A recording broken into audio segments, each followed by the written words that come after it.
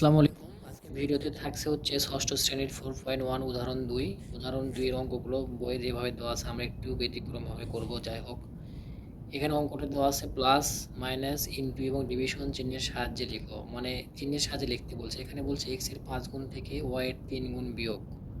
আবার a O b এর গুণফলের সাথে c এর দ্বিগুণ যোগ।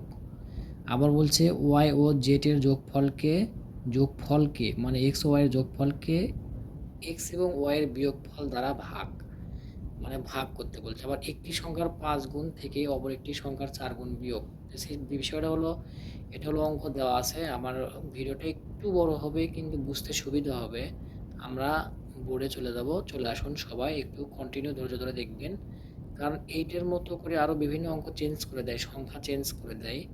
সেই সংখ্যা চেঞ্জ করে দিলেও যেন আমরা করতে পারি। এটা যদি ভালোভাবে শিখতে পারি তাহলে আমরা বাকিগুলো অঙ্ক করতে পারবো। আসেন বোর্ডে চলে যাই। আসসালামু আলাইকুম। আপনারা সবাই কন্টিনিউ করতে থাকবেন। আমি আবারও সালাম দিয়ে দিলাম, সমস্যা নাই।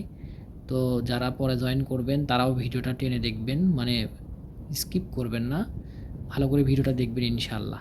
তো ক নম্বরে দেওয়া আছে দেখেন, এখানে উদাহরণ 2 আমি পড়ে দিচ্ছি। উদাহরণ 2 এর 1 নম্বরে দেওয়া আছে x এর 5 গুণ থেকে y এর 3 গুণ বিয়োগ। তাহলে x এর 5 গুণ থেকে y এর 3 গুণ বিয়োগ, তাহলে আমরা লিখব, যেহেতু x এর 5 গুণ বলছে এবং y এর 3 গুণ বলছে, আসেন বলে।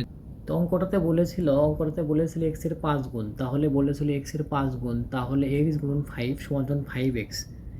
x এর 5 গুণ, তাহলে x গুণন 5 সমান 5x, সংখ্যাটা কিন্তু আগে আসে। তারপরে বলছে y এর কত বলছে 3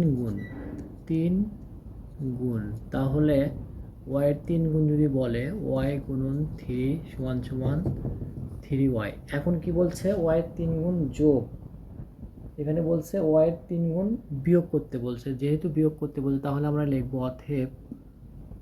অতএব নির্ণয়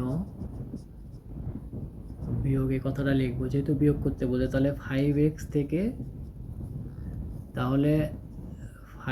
থেকে 3y বিয়োগ হবে। সেম প্রসেসে পরেরগুলো হবে। আমি নাম্বার 2 হবে কিভাবে, নাম্বার 2 এ বলছে এ ও বি এর গুণফলের সাথে, তাহলে a গুণন b, যেহেতু a ও b এর গুণফল বলছে তাহলে a b। আবার বলছে c এর দ্বিগুণের সাথে, তাহলে c গুণন 2, d মানে 2 বোঝাচ্ছে, তাহলে 2c। এখন কি বলছে যোগ করতে বলছে, তাহলে অতএব নির্ণয় যোগ, যেহেতু যোগ করতে বলছে তাহলে এ বি প্লাস 2c, এটাই হবে অ্যান্সার।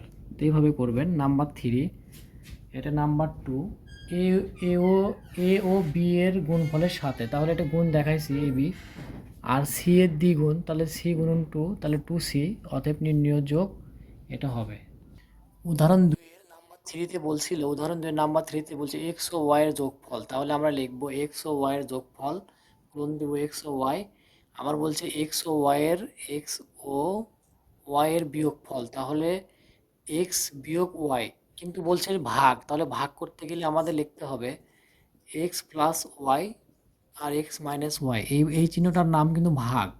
তাহলে x প্লাস ওয়াই আমরা x মাইনাস ওয়াই দিব, কারণ এটা কিন্তু ভাগ, এই চিহ্নের নাম কিন্তু ভাগ। যেহেতু ভাগ বলছিল x ও y এর যোগফলকে x ও y এর বিয়োগফল দ্বারা ভাগ, তো এটা কিন্তু ভাগ চিহ্ন। কলমটা যাই হোক প্রবলেম দেখা দিচ্ছে, সমস্যা নাই। নাম্বার 4-এ আসেন।